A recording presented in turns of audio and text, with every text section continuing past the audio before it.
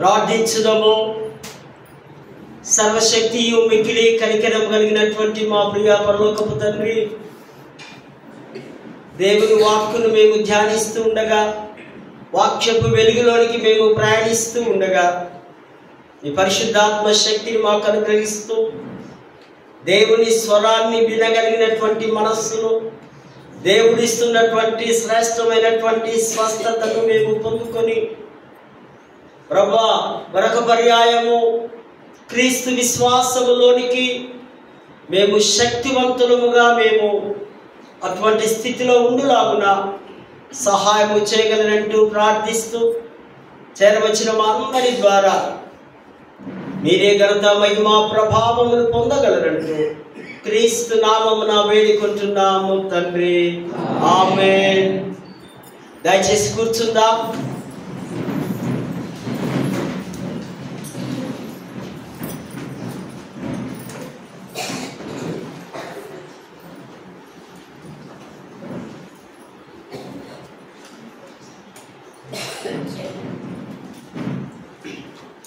దేవుని మహాపరిశుద్ధ నామానికి వందనాలు చెల్లిస్తూ చేరవచ్చినటువంటి పరిశుద్ధ సంఘం అంతటి కూడా యేసుక్రీస్తు నామములో మరి ఉదయకాల శుభములు దైవాశీస్సులు తెలియపరుస్తూ ఈ ఘనమైన శ్రేష్టమైన దైవ ఆరాధనకు ప్రేమతో మీకు ఆహ్వానాన్ని మరొక పర్యాయం అందిస్తూ మీకు శుభములు దైవ దీవెనలు ప్రకటిస్తూ ఉంటున్నారు.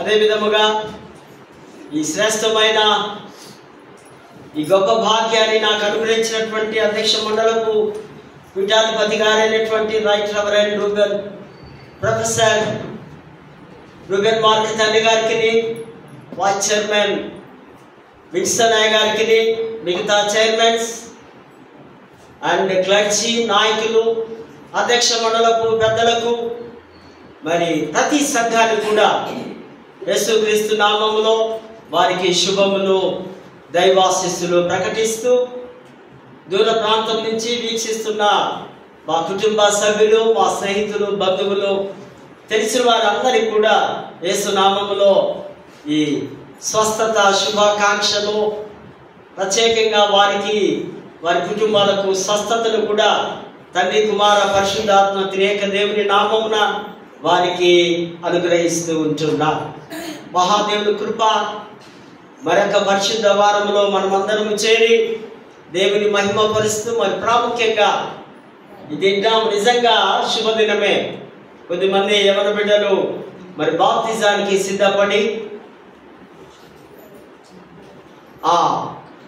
మన సంఘంలో బాప్తిజం తీసుకోవాలని వారికి దేవుని యొక్క ప్రేరేపణ ద్వారా, దేవుడి కృప ద్వారా మరి ఈ ఆరాధనలో అనంతరం బాప్తిజాలు కూడా ఇవ్వబడుతూ ఉన్నాయి.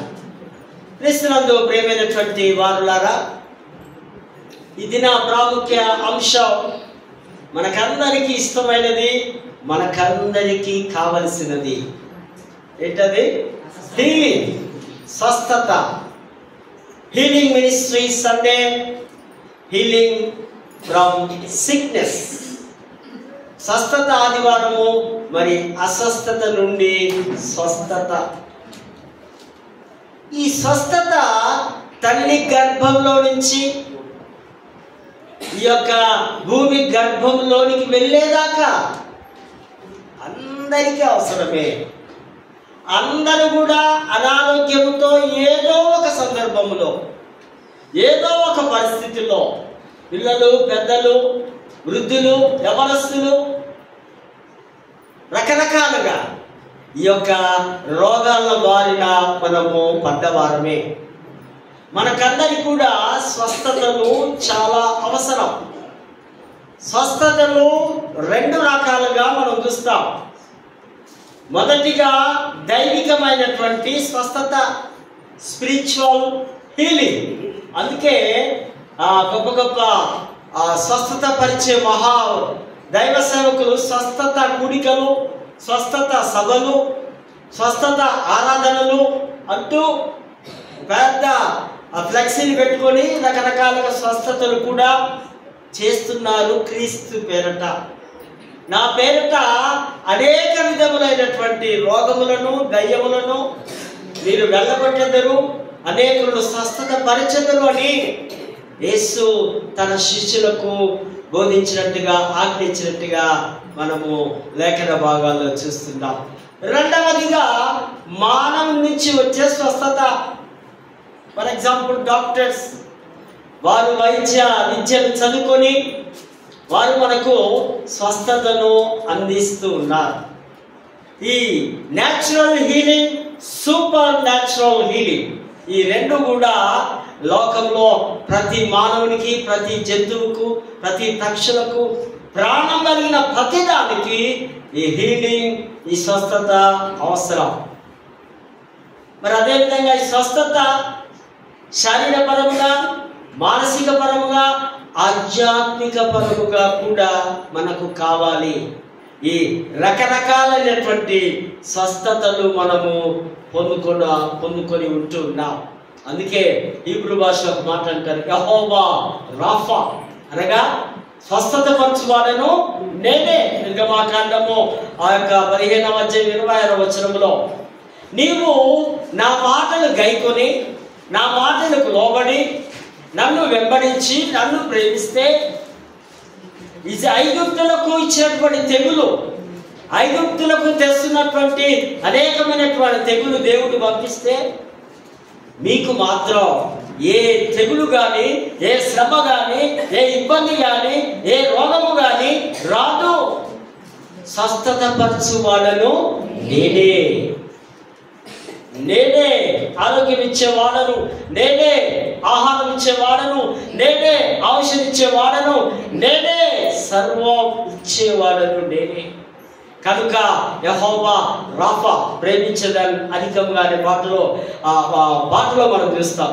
యెహోవా రాఫా, యెహోవా రాఫా, స్వస్థపరిచావే వందనాలయ్యా.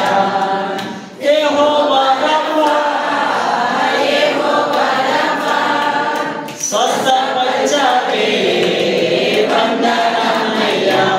అయ్యా స్వస్థపరిచావే వందనాలయ్యా, స్వస్థపరిచావే వందనాలయ్యా.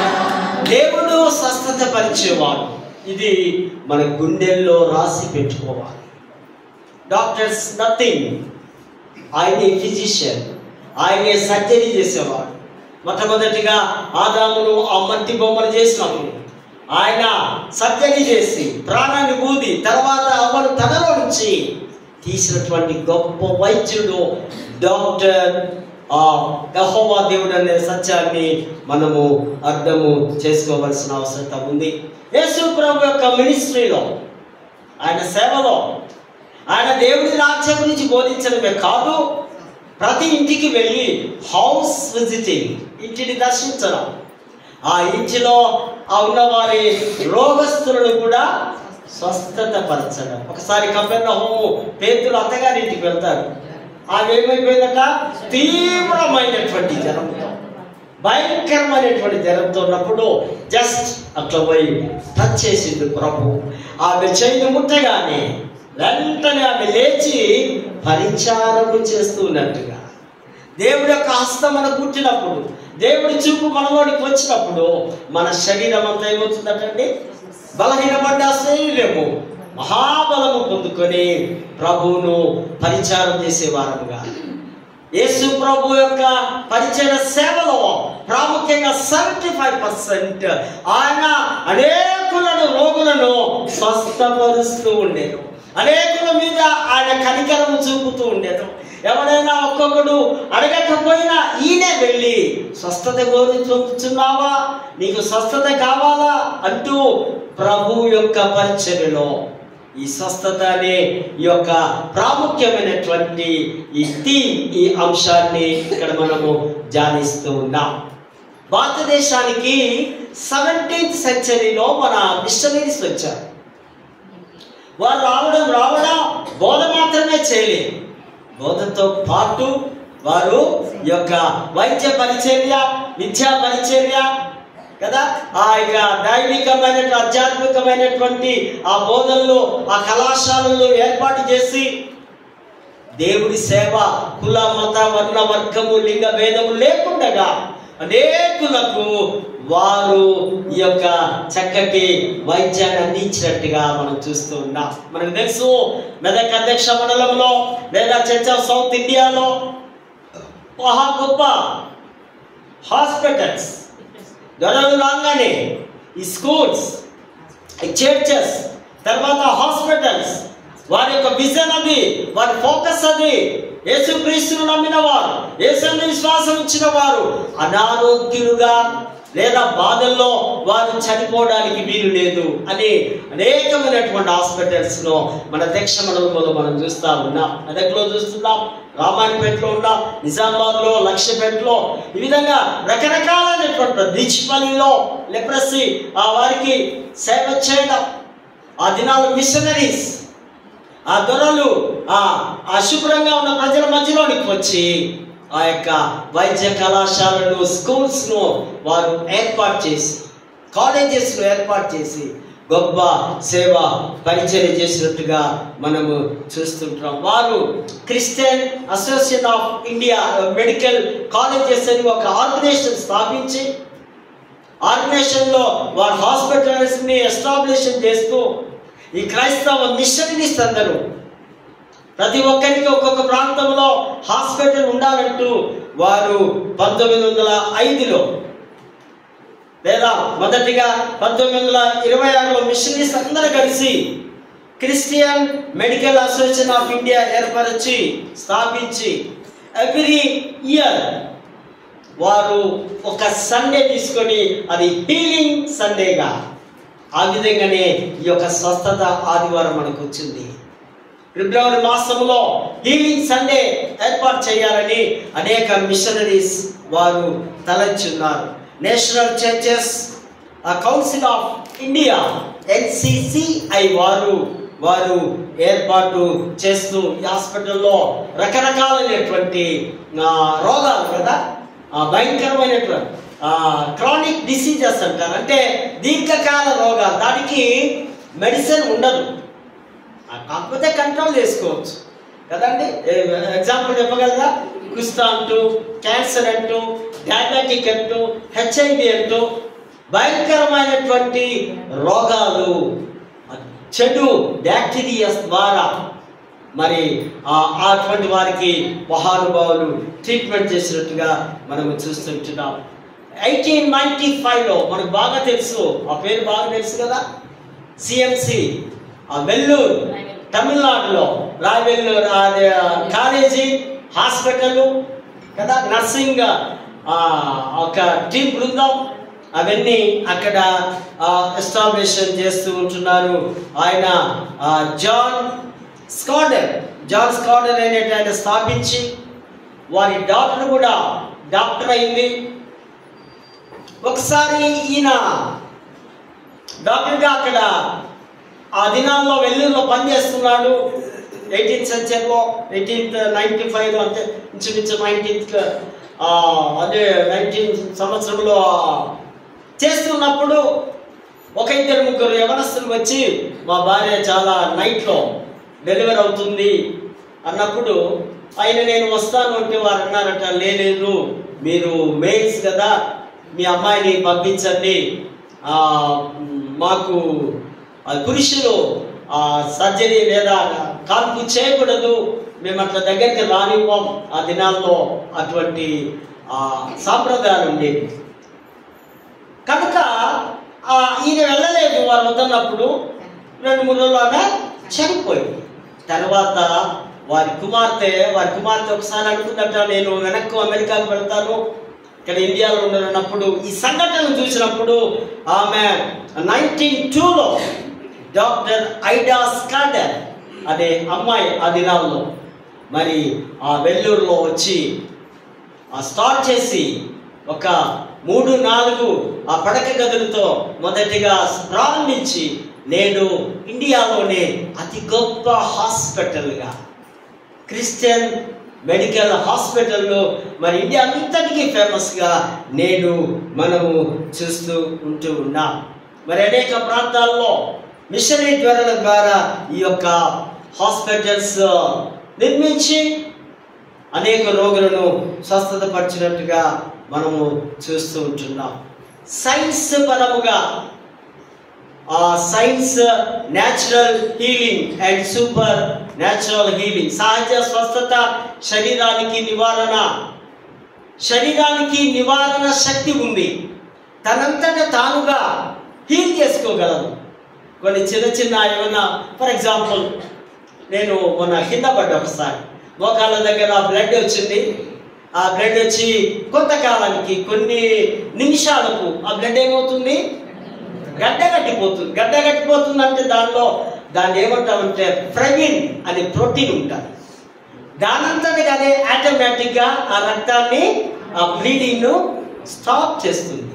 అంటే ఆ శరీరంలో ఉన్న భాగాలు, ఆ శరీరము అసలు డాక్టర్స్ ఫస్ట్ ఇయర్ కదా, ఇప్పటికే నీకు ఐడియా ఉంటుంది.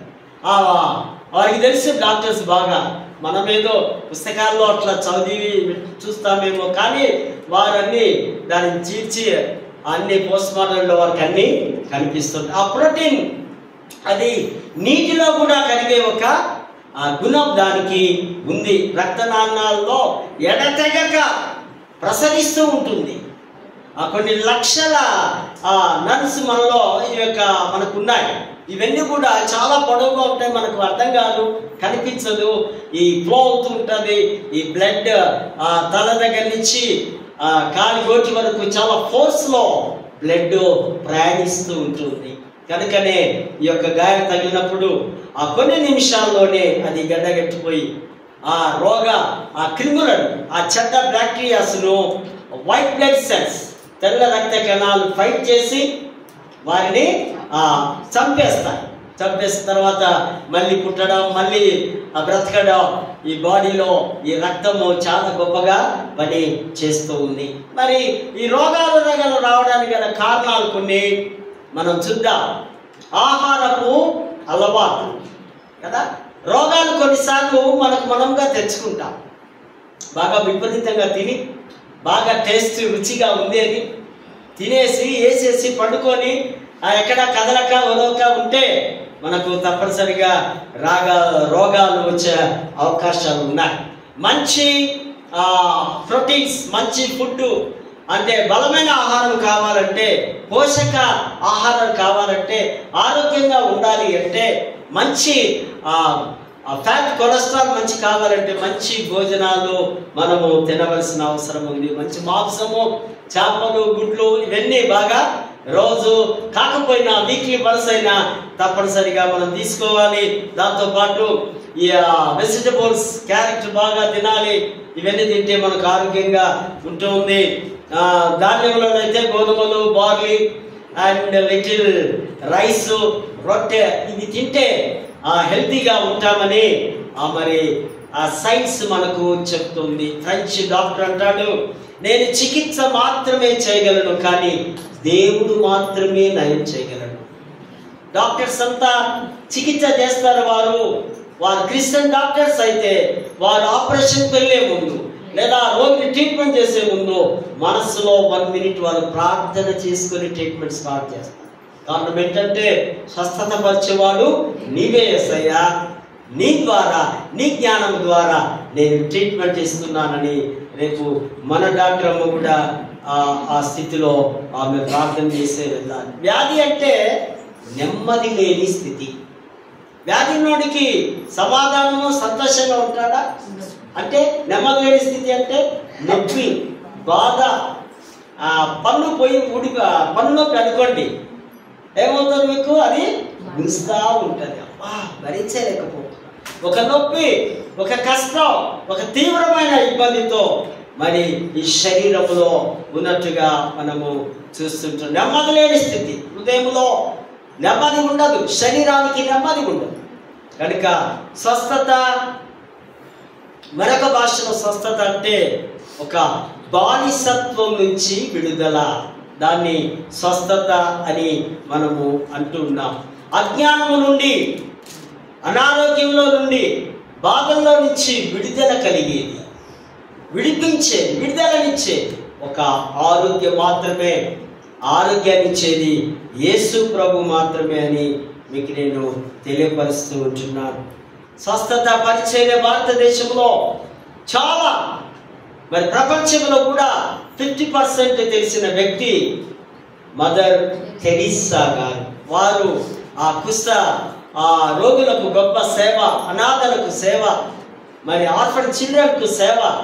వారి యొక్క కుటీరాల్లో కలకట్టాలో 1990లో నేను వెళ్ళినప్పుడు, అక్కడ మా పెద్దన్న ఎయిర్ ఫోర్స్లో ఉండేవారు. అక్కడ నేను వెళ్ళినప్పుడు ఆ ప్రాంతానికి నేను వెళ్ళి ఆమెను కలవలేకపోయాను. ఆ సమయంలో వారు లేరు. అక్కడ ఉన్నటువంటి సిస్టర్స్ అందరినీ చూడడం జరిగింది.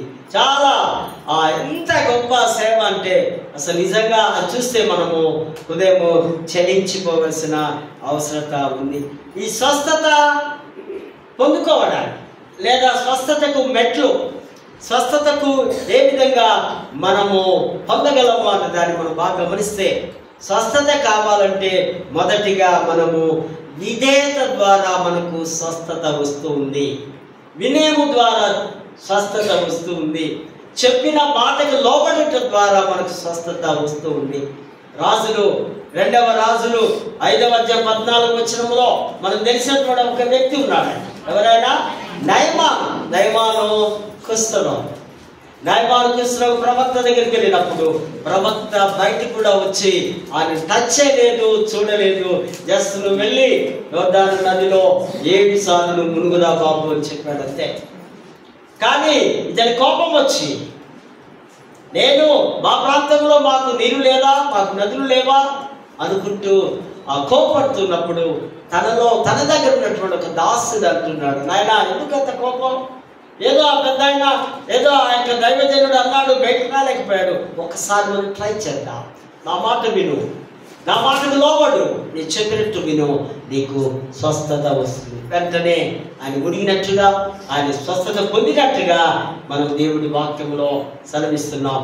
బై ఒబీడియన్స్ హీలింగ్ వస్తుందనే సత్యాన్ని ఇక్కడ మనము అర్థము చేసుకోవలసిన పరిస్థితి ఉంది. విశ్వాసము ద్వారా స్వస్థత. ఒక వ్యక్తికి బాగా విశ్వాసం ఉంది యేసు మీద, కానీ యేసు దగ్గరికి డైరెక్ట్గా రాలేకపోతుంది. ఆమెనే ఎవరన్నా 12 సంవత్సరములు రక్తస్రావంతో బాధపడుతున్నటువంటి వ్యక్తి వచ్చి ఆ యేసయ్య యొక్క ఆ చెంగును పుట్టినట్టుగా మార్కు సువార్త మనం అక్కడ చూస్తాం 5:34లో అక్కడ ఆయన వస్త్రపు చెంగును ముడితే వెంటనే ఆ ప్రభు గుర్తించి, ఆయనకు తెలిసిపోయింది ఆయనలో ఉన్న ఆ పవర్, ఆ ప్రభావం వెళ్ళిపోయినా. అప్పుడు కుమారి, నీ విశ్వాసమే నిన్ను స్వస్థత పరిచింది. ఈ మాటను బట్టి కొద్దిమంది పెంతెకోస్తు సేవకులు వారు విశ్వాసంతోనే ఆ రోగములను వాళ్ళు ఎదుర్కొంటారు. జస్ట్ వాటర్ తాగుతూ, ప్రార్థన చేసుకుంటూ, యేసు నామాన్ని పరితపిస్తూ, ప్రభువా ఆమెకు విశ్వాసం ఉంది కదా, ఇదిగో నాకు విశ్వాసం ఉంది, నాకు స్వస్థత దయచేయి. విశ్వాసం ద్వారా స్వస్థత వస్తుందని క్లియర్గా బైబిల్ మనకు తెలియపరుస్తూ ఉంటుంది. మరి దినవృత్తాంతములు 2వ దినవృత్తాంతములు 7:14లో మీకు మీరు తగ్గించుకొని ప్రార్థన చేసిన ఎడల మీరే కాదు మీ దేశము కూడా స్వస్థత పరచబడుతుంది.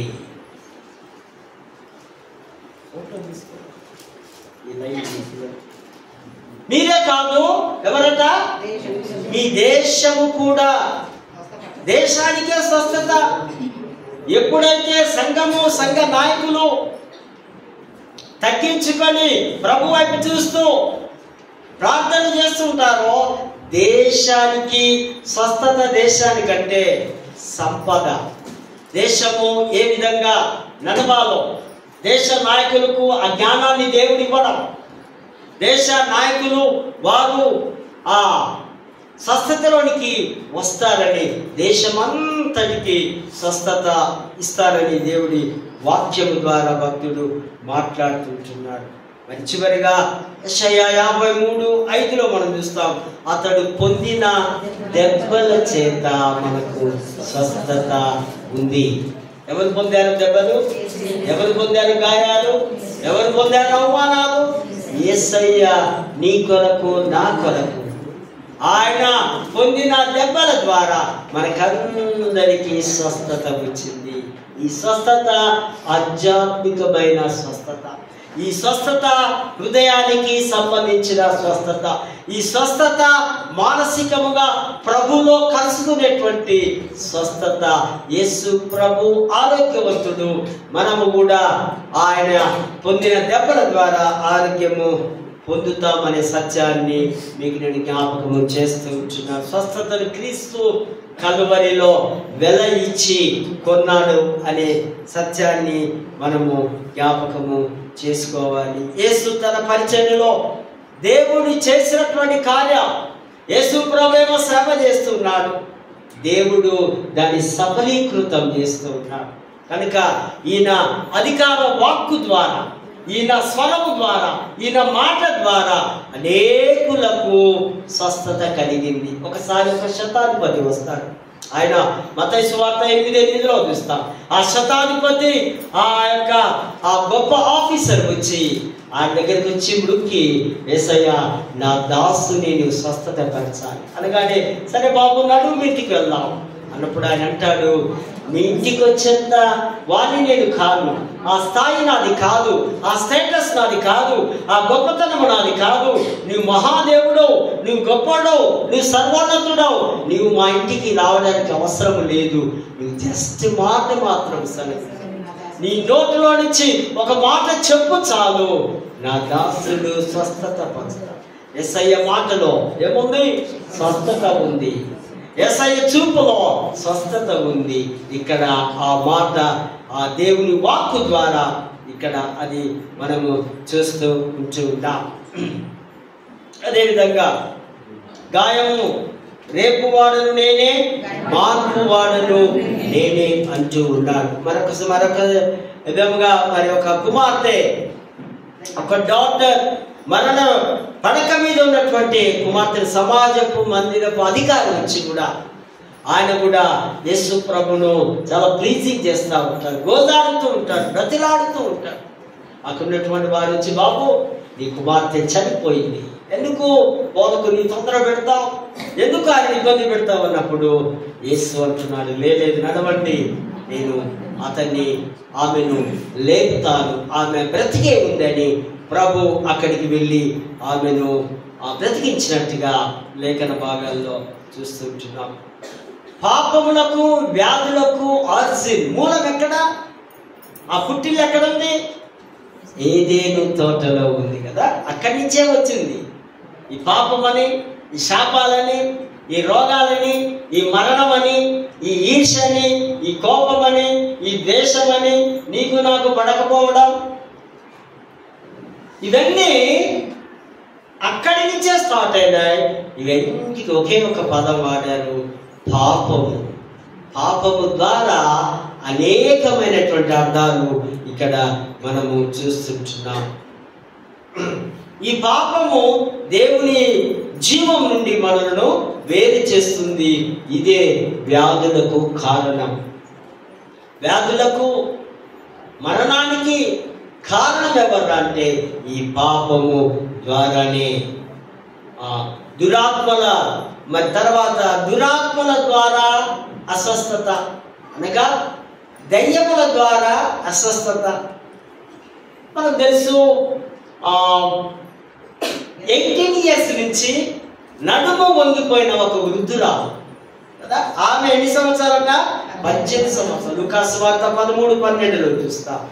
నడుము వంగిపోయి దయ్యము పట్టిన ఆమె వంగిపోయి దయ్యము దురాత్మ ద్వారా 18 years ఉంది. ప్రభు ఆమె మీద కనికరపడి ఆమెను స్వస్థత పరిచినట్టుగా దురాత్మల నుంచి విడుదల, విమోచన ప్రభు కలిగి చేస్తున్నాడనే సత్యాన్ని మనం చూస్తాం. అదేవిధంగా దయ్యం పట్టిన ఒక మూగవాడు కూడా మత్తయి సువార్త 9:32 కూడా వాడికి మాటలు రావడం లేదు. ఎప్పుడైతే ప్రభు వాడి నోరు ముచ్చున్నాడో వెంటనే వాడు మాట్లాడగలిగాడు. ఆ దురాత్మ దయ్యం వెళ్ళిపోయినట్టుగా మనము చూస్తూ ఉంటున్నాం. ఆరోగ్యాన్ని నిర్లక్ష్యం చేయటం ద్వారా కూడా అస్వస్థత వస్తుంది. కొన్నిసార్లు ఏం కాదు, బాగానే ఉన్నాను, పర్వాలేదు, నేను హాస్పిటల్కి వెళ్ళను అని మనం మొండి వైఖరితో ఉంటాం. అప్పుడు అది ఆ రోగం అది ముదిరిపోయి చాలా కష్టమైనటువంటి స్థితిలోనికి వస్తుంది. నిర్లక్ష్యము ద్వారా ఈ వ్యాధుల బారిలో మనము పడగలమని ఇక్కడ చూస్తాం. నిర్లక్ష్యము ద్వారా అనగా సరిగా నిద్రలేకపోవడం, అతిగా తినడం, లేదా ఆ వ్యాయామం చేయలేకపోవడం, మరి ఎక్కడికి నడవలేకపోవడం. ఈ మధ్య హైదరాబాద్ నిండా అన్ని కార్లే కనిపిస్తున్నాయి. సైకిల్ అయితే అసలే లేదు, 1% ఉంటుందేమో సైకిల్ మీద రోడ్డు మీద నడిచేవాళ్ళు. బైకు ఒక 30% ఉంటుంది. మొత్తం కారుతో నిండిపోయింది మెగా సిటీస్ అన్ని. సో ఈ కంఫర్ట్, ఈ లగ్జరీస్ ద్వారా ఈ అనారోగ్యాన్ని వస్తున్నాయని మనం చూస్తున్నాం. పెరుగుతున్న వయసును బట్టి కూడా శరీరంలో మార్పులు. 20-25 సంవత్సరాల్లో ఉన్న కాళ్ళల్లో బలం, చేతుల్లో బలం, మెదడులో బలం, ఎవ్రీ ఇయర్ వయసు పెరుగుతున్న కొలది అది పెరుగుతూ ఉంటే మనం ఏమవుతుంటాం? తగ్గిపోతూ ఉంటాం. వయస్సు పెరుగుతున్న కొలది ఎవరస్తులుగా ఉన్నప్పుడు, బలం ఉన్నప్పుడే సుదీర్ఘమైనటువంటి ప్రసంగాలతో దేవుని యొక్క సువార్త కొరకు పరిగెత్తుకుంటూ ఒక వయస్సులోనే చేయాలి. వయస్సు దాటిపోతే కొంచెం కష్టానికి ఇదవుతామని నేను మీకు తెలియపరుస్తూ ఉంటున్నాను. పరీక్షల ద్వారా అనారోగ్యం. దేవుడు కొందరికి కొన్ని టెస్టులు పెడతాడు. మనకు తెలిసిన ఒక వ్యక్తి బాగా ఉన్నాడు కదా, ఎవరైనా? యోబు మంచివాడట, యోబు నీతిమంతుడట, యోబు ఘనవంతుడట, యోబు గొప్పవాడట. కానీ ఆయనకు భయంకరమైన కారణం టెస్ట్ చేస్తున్నాడు. నీకు రోగం వచ్చిందా అంటే నువ్వు అనుకోవాలి, నన్ను దేవుడు పరీక్షిస్తున్నాడు. తిట్టుకోపడం కాదు, ఎక్కడికెక్కడికో హాస్పిటల్కి వెళ్ళడం కాదు. ఇది నడవలేకపోయినా మంచంలోంచేమో నన్ను బతికించండి అని అంటా ఉంటాడు వృద్ధుడు. 80, 90, 100 సంవత్సరం ఉన్నాడు కూడా బ్రతకాలని ఆశ. కానీ ఇక్కడ చెప్తున్నాడు, నీకు పరీక్ష, నువ్వు నెగ్గాలని. మరి యోబు ఫస్ట్ ర్యాంక్లో పాస్ అయ్యాడు. మరి రెండవ రాజు కూడా, హిజ్కియా రాజు కూడా పాస్ అయిపోయాడు. ఆయనకో పరీక్ష వచ్చింది, భయంకరమైన కురుపు వచ్చింది, మరి భయంకరమైనటువంటి ఒక ప్రవచనం వచ్చింది. ఏంటది? నీవు కథమవుతున్నావు రాబాయ్, నీ విస్తరి కట్టుకో. వస్తున్నాడు ప్రవక్త యెషయా చెప్తున్నాడు, దేవుడు నాకు చెప్పిన మాట నేను నీతో చెప్తున్నా, నీ మరణము నీ ముంగట ఉంది, నువ్వు సిద్ధపడు, నేను చక్కబెట్టుకో అంటే. ఈయన మొండివాడు ఈ రాజు బాగా ప్రార్థన చేశాడు. ప్రార్థనా పరుడు ఈ రాజు. ఆయన ప్రార్థన గెలిచింది. ఆయన ప్రార్థనలు దేవుడు విన్నాడు. విని వెంటనే ఎన్ని సంవత్సరాలు? 15 సంవత్సరాలు. 22 సంవత్సరం కాదు, 15 సంవత్సరాలు తప్ప ఎంతోమందిని చూసి ఉంటాడు కదా.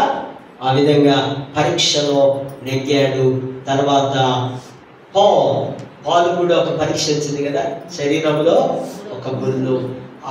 ఆ లెసన్స్లో మనము చూస్తాం.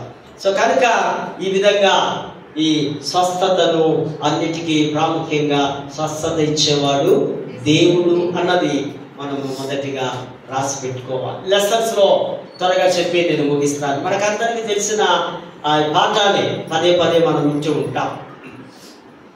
నిర్గమకాండంలో మోసెస్ని దేవుడు వాడుకోవాలని దేవుడికి ఇష్టం.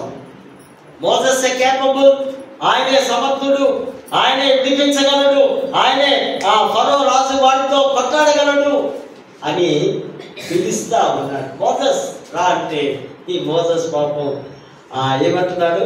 నేను మాటల నేర్పరిని కాను, నాకు నోరు లేదు, నాకు గొంతు లేదు, నాకు పెదవులు లేవు, అసలు ఏమీ లేదు, నేను యోగ్యుడను కాను, నేను అనారోగ్యుడను, నేను నత్తివాడను, నా మాట వాళ్ళు వినరు. ఎన్నెన్నో సాకులు తనకు తానుగా రోగిగా క్రియేట్ చేసుకుంటున్నాడు.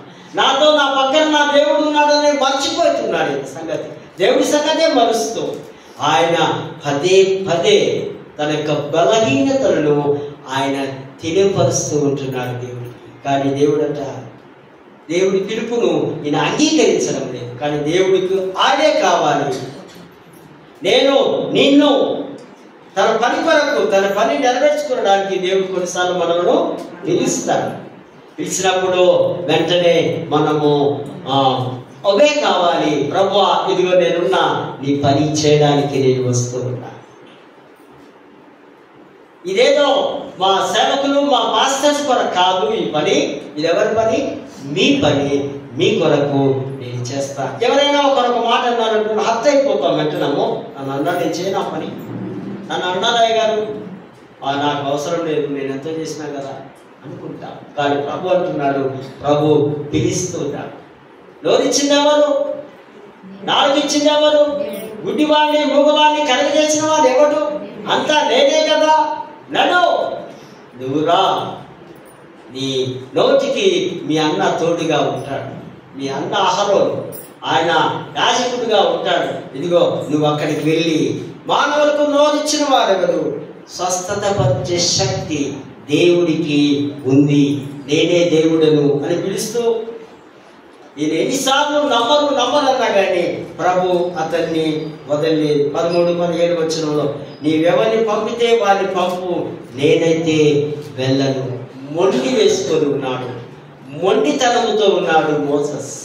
కానీ దేవుడు తనను పిలుచుకొని, నువ్వు మాట్లాడలేకపోతే మీ అన్న మాట్లాడతారు, నీకెందుకు, నువ్వు ఆయన ఎప్పటికి వెళ్ళు, నువ్వు అద్భుతాలు సూచకులు ఇచ్చాయి, నువ్వు అతనికి వార్నింగ్ ఇవ్వ రాజుకు, నేను చూస్తే ఆడు భయపడతాడు వెళ్ళు అని అతన్ని పంపించినట్టుగా మనము ఇక్కడ చూసి తర్వాత ఆ ప్యాసేజ్ అంతా మనకు తెలుసు.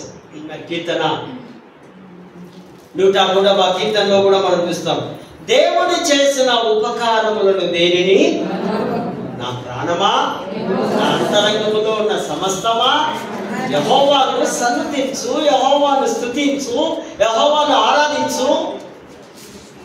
దావీదు రాజు పలుకుతున్న మాటలు, ఆయన తన ప్రాణముతో, తన జీవాత్మతో మాట్లాడుతున్నాడు. నీవు దేవునికి కృతజ్ఞతలు చెప్పు. నీవు నా లోపల ఉన్నావు, బ్రతికున్నావు కనుక ఇది కేవలం దేవుడి కృప అని అంతరంగములో ఆయన చేసిన మేళ్లను దేనిని కూడా నీవు మర్చిపో. దేవుడు చేసిన మేళ్లను మర్చిపోతే దేవుణ్ణే మర్చిపోయినా, దేవుణ్ణే మర్చిపోతే నీ జీవితమే పోగొట్టుకున్నాడు. సింపుల్. కనుకనే మనం కొన్నిసార్లు కృతజ్ఞత ఆరాధన చెల్లిస్తూ ఉంటాం కదా. దేవుడికి ప్రార్థన చేసినప్పుడు వెంటనే ఆ దేవుడు మనకు చేసిన మేలను బట్టి ఫీడ్బ్యాక్ చేయడానికి వెంటనే మనం కృతజ్ఞతలు చెప్తాం, థ్యాంక్స్ చెప్తాం. ప్రభువా, నీ చేసిన ప్రార్థనకు నీ ప్రతిఫలముగా జవాబుగా ఇచ్చావు, ఇదిగో నీకు స్తుతులు స్తోత్రములు చెల్లిస్తూ ఉంటారు. కనుక ఆయన చేసిన దీన్ని మానవ స్వభావం ఏంటంటే మేలును మరిచి కీడును జ్ఞాపకము చేసుకుంటాం కదా.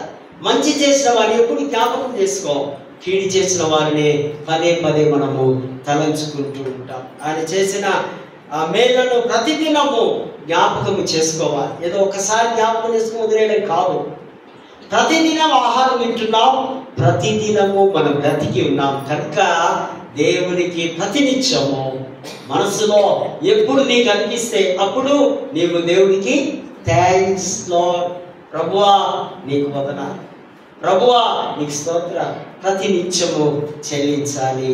ఆయన సర్దుగా పోవడం, ఆయన చేసిన మేలను జ్ఞాపకం చేసుకొని మనకన్నా తక్కువ స్థాయిలో ఉన్న వారిని చూసి మనము హెచ్చిస్తూ గర్విస్తూ, ప్రభువా ఈ విధంగా నన్ను ఉంచినందుకు నీకు వందనాలు, స్తుతించాలి, దేవుని నామాన్ని నిత్యము స్తుతించాలని లేఖన భాగాలు సెలవిస్తూ ఉన్నాయి. కొరింథీయులకు రాసిన 2వ కొరింథీయులకు రాసిన పత్రికలో 12వ అధ్యాయం 1:10 పౌలు పరదైసు దర్శనము చూస్తూ ఉన్నాడు. పరదైసు, పరలోకం లేదా పరదైసు దర్శనాన్ని అనగా రాజవనము, సుందరవనము, దేవుని కుటుంబం, దేవుడు నివసించే సింహాసనం, నివాస స్థలాన్ని ఆయన దర్శనాల్లో చూస్తూ ఉన్నారు. కొరింథీయులకు రాసిన ఈ పత్రిక AD 56లో రాస్తే ఈయన మొదటి దర్శనం దమస్కు దగ్గర, ఈయన 3 దర్శనాలు చూస్తాం ఇక్కడ. దమస్కు దగ్గర క్రీస్తు శకం 33లో, అనగా యేసు ప్రభు చనిపోయిన 4 years తర్వాత మొదటి దర్శనం. దమస్కు మార్గములో ఆయన మారు మనస్సు పొందడం, క్రీస్తు స్వరాన్ని వినడం, క్రీస్తు పిలుపును వినడం. అప్పుడే ఆయన ఒక 3 days గుడ్డివాడైనట్టుగా మనము ఆ అపోస్తల కార్యంలో మనం చూస్తాం. ఈ పత్రిక ఆ రాసిన పత్రిక క్రీస్తు శకం 56లో రాస్తున్నారు. కిలికియా ప్రాంతంలో కూడా ఆయన సువార్తను ప్రకటిస్తూ ఉండగా దర్శనము పొందుకున్నాడు. క్రీస్తు యొక్క దర్శనాన్ని చూస్తున్నాడు. అదే పరదైసు దర్శనం. ఇది 3 times ఆయన ఈ మాట పరదైసు అన్నది బైబిల్లో రాయబడి ఉంది. ఈ కొరింథీ పత్రికలో మనం చూస్తున్నాం. రెండవదిగా లూకా సువార్త 23:43 వచనములో దొంగతో ప్రభు అంటున్నాడు, నేడు నీవు నాతో కూడా పరదైసులో. మరి ప్రకటన 2:7లో కూడా పరదైసు ఉందని భక్తుడు యోహాను రాస్తున్నటువంటి మాటని ఇక్కడ చూస్తున్నాం. ఈయన దర్శనాల్లో 3 ఆకాశాలు కదా, మనకేమో కనిపించేది ఒకే ఒక ఆకాశం కదా. మొదటి ఆకాశం, 3 ఆకాశాల్లో ఈ మాటను మనం చూస్తాం. మొదటి ఆకాశంలో ఈ యొక్క భూగోళాన్ని ఆవరించిన వాతావరణం, మొదటి ఆకాశంలో భూగోళాన్ని ఏదైతే ఆవరించిందో అటువంటి ఆకాశాన్ని మనం చూస్తున్నాం. రెండవదిగా నక్షత్రములు కలిగిన ఆకాశం, అది ఆది కాండంలో ఫస్ట్ చాప్టర్లోనే మనము చూడగలం. 3వ ఆకాశము పరదేశు, అది ప్రకటన 2:7లో చూస్తూ ఉంటున్నాం. మరి 7వ వచనంలో అంటాడు, నా శరీరంలో ఒక ముళ్ళు ఉంది. ఆ ముళ్ళు తీసివేని ఎన్నిసార్లు ప్రార్థన చేసినాడు? కాదు, 3 సార్లు, 3 times. 3 times ప్రార్థన రిజెక్టెడ్. ఎందుకు? ఈయన భక్తుడు, ఈయన మిషనరీ, ఈయన సువార్త కొరకు డెడికేట్, ఎంతోమంది దెబ్బలు తిని దేవుని రాజ్యం అనేకులకు అన్యులకు ప్రకటించిన వాడు గొప్పవాడు. కానీ ప్రభు ఆ ముళ్ళు ఉండడం నాకు ఇష్టం. ముళ్ళు అంటే వేదన, నొప్పి, బాధ కదా. మీకు ముళ్ళు గుచ్చుకున్నాయా? పెద్దలకు ఎవరికైనా గ్రామాల్లో ఉన్నప్పుడు యూత్ తల ఊపకండి, మీకు తెలియదు ముళ్ళు అంటే తెలియదు, ఆ నొప్పి అంటే తెలియదు. అన్ని ముళ్ళు భయంకరమైన పెద్ద ముళ్ళు ఉంటాయి. ఆ తుమ్మ చెట్టుకు ఆ గ్రామాల్లో మనము పొయ్యిలో కట్టెలు యూజ్ చేసేవారు మన పెద్దలు. అది కొట్టుకొని వచ్చేప్పుడు అక్కడ ఇక్కడ నాకు దాకినట్టు గుర్తు ఉంది చిన్నప్పుడు. ఆ ముళ్ళును తీసేవాళ్ళు కూడా ఉంటారు. అదేదో పెట్టి మెల్లగా తీసి తీస్తారు. ఆ ముళ్ళు, ఇక్కడ ముళ్ళు అంటే ఆయన కంటి జబ్బు అని పండితులు అంటారు. ఎందుకంటే ఒకసారి ఆ దమస్కు మార్గంలో ఆయన గుడివాడ అయిపోయాడు 3 days. బహుశా మరి ఆ పొరలు రాలిపోయినప్పుడు మరి ఏమైందో ఏమో సైన్స్ ప్రకారం కొంచెం డిమ్ అయిపోయాడు మనిషి కదా. మనం కూడా డిమ్ అయినప్పుడు అద్దాలు పెట్టుకుంటున్నాం. ఇప్పుడు ఇది తీసినా అనుకో, నాకు ఇది ఏమైనా కనిపిస్తుందా? డిమ్ అయిపోయింది కదా. వ్యాధి వచ్చింది, కంటి జబ్బు వచ్చింది. దానికి నివారణగా ఈ యొక్క స్పెటికల్స్ పెట్టుకోవడం. బహుశా పౌలు కూడా ముమారు ప్రార్థన చేస్తున్నాడు. ఈ ముళ్ళు కారణం బహుశా ఆయన యొక్క హెచ్చించుకోకుండా దేవుడు కొన్నిసార్లు తన ఇష్టమైన బిడ్డలకు ఒక ప్రాబ్లం ఇస్తాడు. ఆయన పౌలుకు ముళ్ళు ఇస్తే ఆ ప్రార్థన రిజెక్ట్ చేసి అంటున్నాడు, నా కృప నీకు చాలు. కృప అంటే దేవుని బలం, దేవుని శక్తి. ఎప్పుడు బలహీనంగా ఉంటావో అప్పుడు నేను బలపరిచే ఒక సాధనమే కృప. నా కృప నీ వెంబడి వస్తుంది. ఈ కృప ఎవరికి వస్తుందంటే పరిపూర్ణ విశ్వాసుల మీదికి వారి జీవితాల్లోనికి కృప ప్రతిరోజు దిగి వస్తుంది. దేవుని కృప, దేవుని సమాధానము ఉంటే మన జీవితాలు అద్భుతాలు.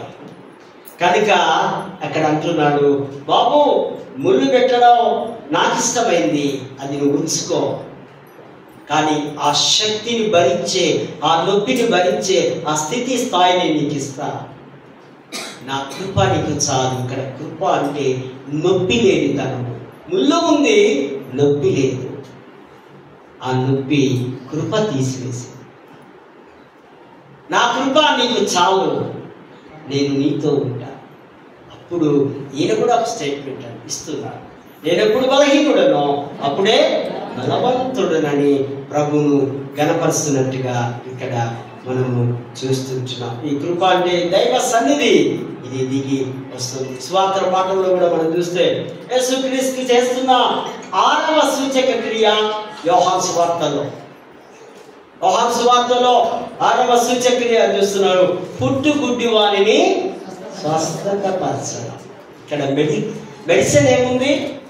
యేసు ప్రభు ఉమ్మి, మరొకటి ఈ యొక్క మట్టి బురద. ఈ మట్టిలో యేసు ఉమ్మిలో స్వస్థత ఉంది. ఇక్కడ అంటే సృష్టిలో స్వస్థత ఉంది కదా. కొన్నిసార్లు మనం ఒకసారి నేను కింద పడి బ్లడ్ వస్తానంటే సాధన ఏదో ఆకుపట్టుకొచ్చి ఉద్దుకో అన్నాడు, ఇది పోతుంది అని. సృష్టిలో స్వస్థత. ఇక నాకు ఉద్దుకోకపోయినా అది 3 రోజుల కదంతా ఎండిపోయింది. శరీరము తన పని తాను చేసుకుంటుంది. యేసు ప్రభు ఇక వాడినటువంటి మెడిసిన్ తన నోటిలో ఉన్న భూమి ద్వారా బురద తీసి వారి కంటికి అప్లై చేసి ఒక ఆయింట్మెంట్ లాగా పూసి, నీవు శిలోయమైనటువంటి కొండలోనికి లోయలోని కోనేటిలోనికి వెళ్ళి కడుక్కో అని చెబుతాం. యేసు ప్రభు ఆయన చేసినటువంటి ఒక అద్భుతాన్ని ఇక్కడ చేస్తూ, పాపము చేసిన వాడే రోగి. మనకు తెలుసు మార్కు సువార్త 2వ అధ్యాయంలో ఒక పక్షంగా వాడు పెరాలసిస్ వారు వచ్చినప్పుడు వాళ్ళ మంచి స్నేహితులు మనకు కలిగి ఉండాలి. కొన్నిసార్లు మన స్నేహితులు అంటే కనపడ్డాడంతా ఫ్రెండ్ అంటాం కదా. యూత్ అయితే ఇక చెప్పలేము. దేవుడు కనపడితే వాడు మా దోస్తు, మా ఫ్రెండ్ అంటారు. వాడు కాదు ఫ్రెండ్. ఫ్రెండ్ ఎవడు? అర్ధరాత్రి 10,000 కావాలంటే ప్రభుదాస్ సార్ పట్టుమని నాకు కొడితే ఆయన ఫ్రెండ్. వివరాలు అడగకుండగా, ఎందుకు అని అడగకుండగా సహాయం చేసేవారే నిజమైన స్నేహితులు, నిజమైనటువంటి మనుషులు. ఈ 4 స్నేహితులు వాడిని పట్టుకొస్తారు. వాడేంటి ఎట్లున్నాడు చెప్పు? ఉలుకు లేదు, అదుకు లేదు, పాపం చేతులు లేవు, కాళ్ళు లేవు కదా. ఇంకేం చేస్తాడు? దేనికి పనికిరాడు. కానీ వాళ్ళ దోస్తుల్లో ఏముందట? విశ్వాసం. ప్రభు ఈ శరీరాన్ని తిరిగి డిజైన్ చేస్తాడు, వీనికి మళ్ళీ రక్త ప్రసరణ ఇస్తాడు, వీడికి మళ్ళీ బలాన్ని ఇస్తాడు అని తీసుకొని వచ్చి ఆ పాదముల దగ్గర పడేసినప్పుడు యేసు ప్రభు ఒక అద్భుతమైనటువంటి మాట, ఆ మాటను మనము చూడగలమా? మార్కు సువార్త 2వ అధ్యాయం 5వ వచనంలో,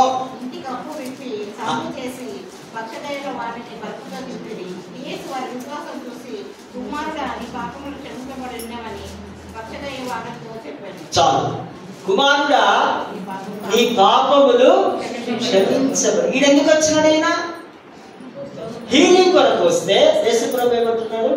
నీ పాపములు. అంటే యూదుల యొక్క ఆ కల్చర్, వారి సంస్కృతి, వారి ఆలోచన, పాపము చేసిన వాడికి రోగం,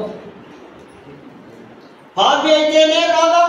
ఒక్కోసారి మనం కూడా తిరుగుతూ ఉంటాం, వీడి చావుడు మంచంలో ఉండే 10 సంవత్సరాలు ముసలోడి తాత, అలా మన వల్ల ఈ అమ్మాయి ఎప్పుడు వస్తారు కదా, ఏం పాపం చేసుకున్నాడో ఇంకా పోతుంది. ఇది భారతీయ హిందువ కర్మ సిద్ధాంతం అంటాం. యూదుల సిద్ధాంతం కూడా అదే.